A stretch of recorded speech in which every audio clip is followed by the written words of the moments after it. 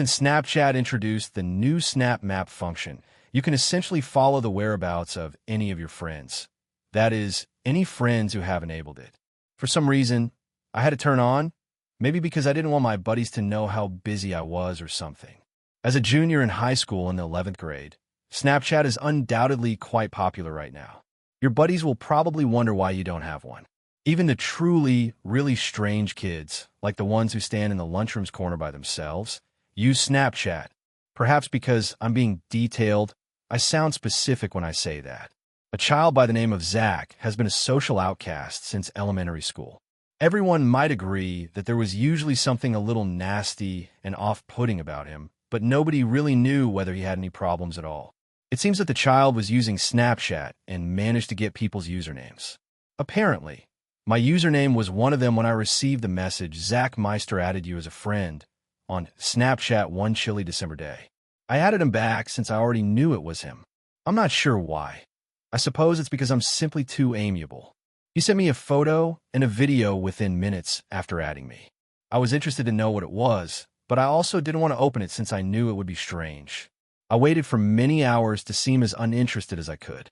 When I opened it while lying in bed, I discovered something stranger than I had anticipated. I was seen sitting in the school lunchroom in the image, but the video showed myself and everyone else in the lunchroom getting up when the bell sounded. As I walked out of the lunchroom, he recorded me and zoomed in on me. It was the caption at the bottom that was the worst, saying a cute LOL. I chose to ignore it. For some reason, I didn't have the strength to remove him, even though I was so near to doing so. Zach, also known as Zach Meister, messaged me on Snapchat that night when I was laying in bed watching TV and talking with friends. "You live on Mason Street?" was the message that appeared when I unintentionally clicked the notice straight immediately. I responded, "Yes." He responded right away. This time, however, I didn't intend to open his chat window. Not for a while, but the longer I waited, the more messages he sent me. It wasn't even humorous that I was that close to blocking him. At this point, he began sending me images, which I had no intention of opening. I placed my phone down on the desk, turned off the TV, and went to bed since I knew he would get disinterested the longer I waited to react. When I woke up the next morning, my closet door and window were both ajar. I said, "What the underscore?" to me. Even though I couldn't recall opening one of them, my room was frigid. I saw a bunch of new notifications from Zach on my phone. Then it sunk in. What if this was him? I opened Snapchat in a hurry and viewed the snaps from Zach. It began with images of a sidewalk, then a picture of my home, then a picture of my bedroom window, then a picture of me taken through the window, then a picture of Zach standing inside of my room, then a picture of me on my bed shot from my closet. That was the final photo. Then I noticed his texts. There were so many messages, a lot of them started with, "Answer. Why is it taking you so long to respond? I'm going to come visit you," he stated later. "You're also wearing your Snap Map." That's followed by, "I like watching people sleep." Then he continued, "I used your Snap Map to find you. I believe you're attractive, and I hope you don't mind. But in case you were wondering, I should point out that I'm a man. Are you up yet?" was one of the remaining texts. "What are you doing?" However, I took a snapshot of the conversation since I no longer cared. Regretfully, I failed to get screenshots of the images before it was too late. After I deactivated Zach's Snapchat account, my dad took care of contacting the police, which became a major issue, while my parents were in complete shock. The school was also engaged in the investigation that the police had to conduct. It seems that Zach lived with his father, who was an alcoholic and unmarried, which helped to explain a lot. Zach's admission in the screenshots that he discovered me using Snap Maps was sufficient evidence to prosecute him with juvenile breaking and entering. After that, nobody ever saw Zach at school again. It was thought that he and his father had gone far away. For merely sharing interesting or humorous things that are happening in my life, I have been using Snapchat for a little more than a year. There's always that one strange student in high school who behaves like a crazy person, the one who would prank someone by leaving a dead rat in their locker, you know. Alex was the name of the student in my school. Alex has been suspended many times for a number of dubious actions. He had very pale skin, the vampire bill, and brown hair that was constantly bowl-cropped. I was playing a video game on my phone one day when I received a notice. Alex sent it. I assumed he must have noticed, even though I couldn't recall adding him. Something like my Instagram page's snap code. But that was strange. Though I can't remember when, I did add him back at one time since I could see a score. I played a video game and put my phone away till I died. I opened Alex's snap after unlocking my phone. It was a very close-up of a door handle, or more precisely, a locking mechanism. It said, "Hello," as the caption.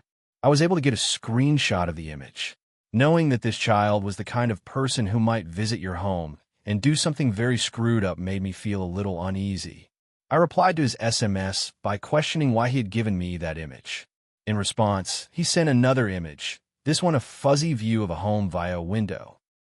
When I saw that it was a photo of our kitchen, my heart fell. I took a screenshot of this image as well. Running directly to our kitchen, I peered out the window. He was chuckling when I noticed him on my balcony. I hurried to our dining room side and flung open the door. He held his hand behind his back, but he remained standing. He carefully withdrew his hand from behind his back as I urged him to leave our deck. He had a knife in his hand. I locked the door after slamming it. I shouted through the door that I would call 911 if he didn't go. He gave me a grin before leaving our balcony gently. I hurried to check that every door outside was locked and closed. I hope I never have to find out what he would have done if I hadn't banged the door shut. Even though this is just a brief narrative, I'm terrified since it only began 2 days ago. Because I have my Snapchat account in my Instagram bio, I often get a lot of random Snapchat ads. I'm not trying to brag, but my Instagram photos reflect my rather opulent lifestyle. I was hanging out with a buddy one rainy night when 2 random ladies, Bree Owens and Casey Welsh, added me on the app. I restored both of them. However, their Snap scores were very low. One was just 200, while the other was a couple of thousand. Well, I thought that was it. I would wait to find out whether I received any correspondence. The person called KC did indeed take a black screen photo of me and captioned it, "You're cute." The message looked to be an attempt to trick me, so I disregarded it. Both of the females disclosed their positions, according to the Snap map I looked at. Actually, it seemed like the 2 of them were in a vehicle not too far from me. In any case, it was becoming late and the weather outside was growing worse, so I had to get home. I got into my vehicle and headed down the highway, but I drove slowly since it was raining a lot. One automobile eventually came up to me since there weren't many, if any, cars on the road anymore. It lingered behind me for some time. It wasn't particularly strange. I and the vehicle behind me both got off the highway to the exit to my town. I turned left off the main road and headed down the street to our home. But so did the vehicle behind me. It seemed a little dubious now. I switched off the automobile when I drew into the driveway of our home. After it passed our driveway, the vehicle behind me slowed and eventually stopped. My heart began to beat so hard that I could feel it in my chest. I grabbed my phone, launched Snapchat, and looked at the map. According to those 2 females, they were directly on top of my home and next to me. I felt like I was about to puke up as I closed the screen on my phone. I may be okay if I could go to the door and ring the bell a million times while my dad was home. But no, the danger was too great. I used a home phone instead. Fortunately, my dad answered immediately. I begged him to come outside while I shouted into the phone. In order to go closer to the driveway, I saw the automobile on the street reversing. Simultaneously, the front door opened, and my dad emerged to see the vehicle on the street. I ran through the rain to the house when the automobile drove away. My father gave me a hug and inquired about the identities of those guys. As he stated this, I released the embrace. "Men," I inquired. "How do you know, and how many?" "I saw at least 3 big men sitting in that car as it drove off," he said. "I woke up last night to sounds coming from outside my window, such as the crunching of leaves and the shifting of trash cans. There were people outside my window. I had a gut feeling that the shades were open. I was unwilling to look. I couldn't look at the window because I was so terrified. Then I heard, 'Don't move a muscle. I know you're up.' My dad was there at the window. It was the most terrifying experience of my life. My dad seemed to be lurking under my bed. My dad eventually declared it secure when I heard footsteps outside walk away.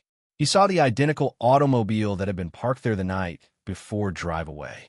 Even going to bed tonight makes my dad and I feel ashamed. When he sees even the smallest hint of anything going on outside, My dad indicated he's prepared to phone the police. I'll provide an update if anything occurs.